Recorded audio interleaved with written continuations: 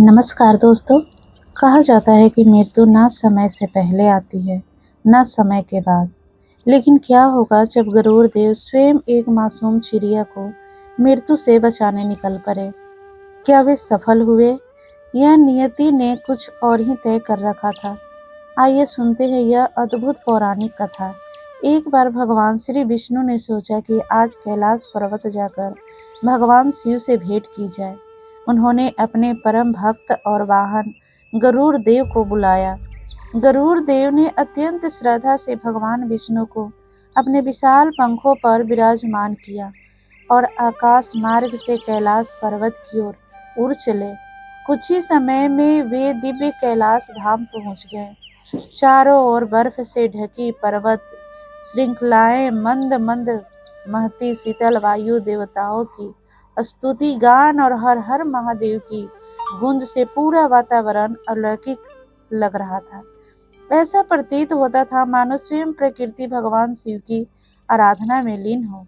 भगवान शिव ने मुस्कुराकर गरुड़ देव से कहा, हे गरुड़, तुम यही द्वार पर प्रतीक्षा करो, मैं महादेव से मिलकर अभी लौटता हूँ। इतना कहकर भगवान विष्णु कैलाश के भीतर चले गए। गरुड़ देव बाहर खड़े होकर उस दिव्य वातावरण का आनंद लेने लगे।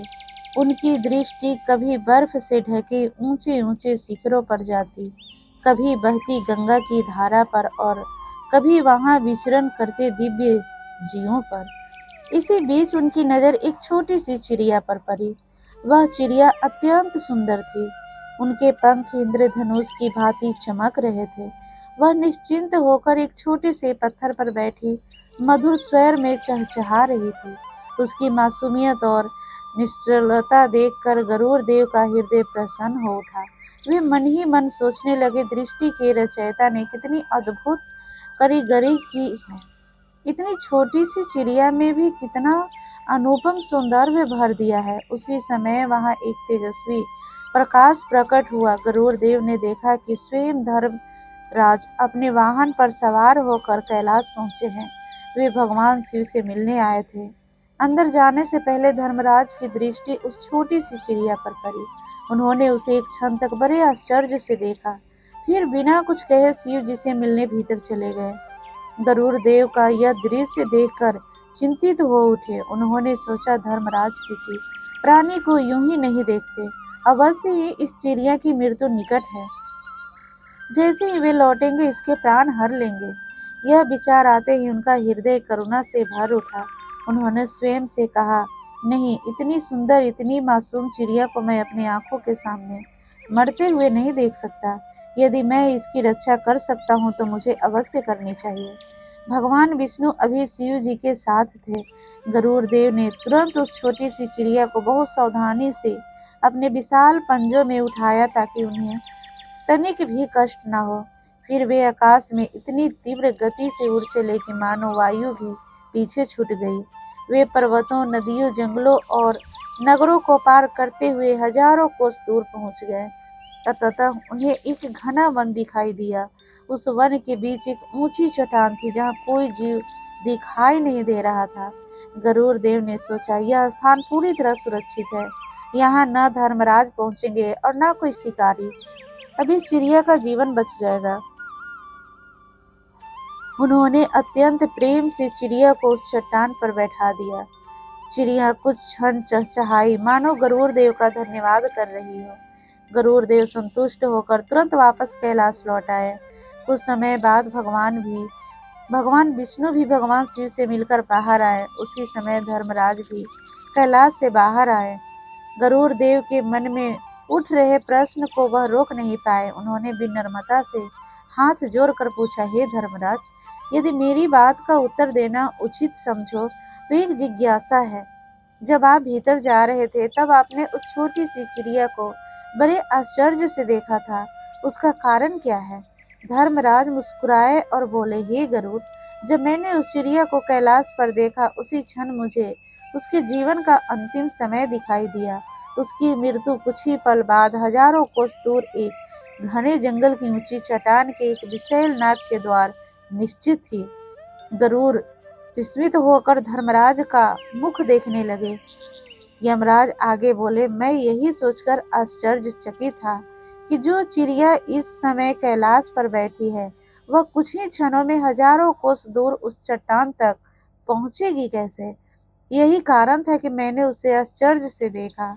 गरुड़ देव का हृदय धड़क उठा। उन्होंने कांपते स्वर में पूछा, फिर क्या वह चिड़िया मर गई? धर्मराज ने गंभीर स्वर में उत्तर दिया, हाँ, जब मैं शिव जी से मिलकर बाहर निकला तब तक उसके प्राण उसी स्थान पर एक नाग द्वारा ले जा चुके थे। यह सुनते ही गरुड़ देव का सिर झुक गया। अब उन्हें समझ में आ गया था कि जिस चिड़िया को बचाने के लिए वे स्वयं हजारों कोस दूर ले गए थे, वास्तव में उसी कार्य ने उसे उसके नियत मृत्यु स्थली तक पहुंचा दिया। वे मौन हो गए। भगवान विष्णु ने गरुड़ देव की ओर करुणा से देखा और कहा, हे गरुड़, यही इस संसार का सनातन सत्य है। मनुष्य अपने पुरुषार्थ से अनेक संकटों को टाल सकता है, परंतु जो कर्म फल और जो स्वयं ईश्वर ने निश्चित किया है उसे कोई भी नहीं बदल सकता। इसीलिए बुद्धिमानी इसी में है कि भय और चिंता में जीवन बिताने के स्थान पर धर्म, भक्ति और सत्कर्मों में अपना जीवन लगाएं। गरुड़ देव ने भगवान विष्णु और धर्मराज दोनों को प्रणाम किया। उन्हें यह गहरा प्राप्त हुआ कि मृत्यु से कोई बच नहीं सकता। वह न समय से पहले आती है और न समय के बाद। जब उसका निश्चित क्षण आता है तब स्वयं प्रकृति भी उसी दिशा में घटनाओं को मोड़ देती है। कथा की सीख मनुष्य को मृत्यु के भय में जीने के बजाय अपने प्रत्येक क्षण को सत्कर्म, भक्ति और सेवा में लगाना चाहिए, क्योंकि मृत्यु को टाला नहीं जा सकता है, लेकिन अपने कर्मों से जीवन को सार्थक अवश्य बनाया जा सकता है। यदि इस कथा ने आपके हृदय को स्पर्श किया हो तो एक क्षण रुककर यह अवश्य सोचिए, हम जीवन भर मृत्यु से बचने के उपाय खोजते रहते हैं, जबकि सच्ची बुद्धिमानी मृत्यु से भागने में नहीं बल्कि जीवन को हर क्षण को ईश्वर की भक्ति, सत्कर्म और प्रेम से भर देने में है। क्योंकि मृत्यु तो निश्चित है, लेकिन हमारे कर्म ही यह तय करते हैं कि हमारे जाने के बाद भी लोग हमें सम्मान से याद करेंगे या नहीं। यदि आपको यह कथा पसंद आई हो तो वीडियो को लाइक करें, अपने परिवार और मित्रों के साथ अवश्य शेयर करें और चैनल को सब्सक्राइब करके बेल आइकन दबाना ना भूलें। यहाँ आपको ऐसे ही हृदय स्पर्शी, प्रेरणादायक और आध्यात्मिक कथाएं नियमित रूप से सुनने को मिलेंगे। ईश्वर से यही प्रार्थना है कि वे हम सभी को सभी सच्ची भक्ति और धर्म के मार्ग पर चलने की शक्ति प्रदान करें। धन्यवाद।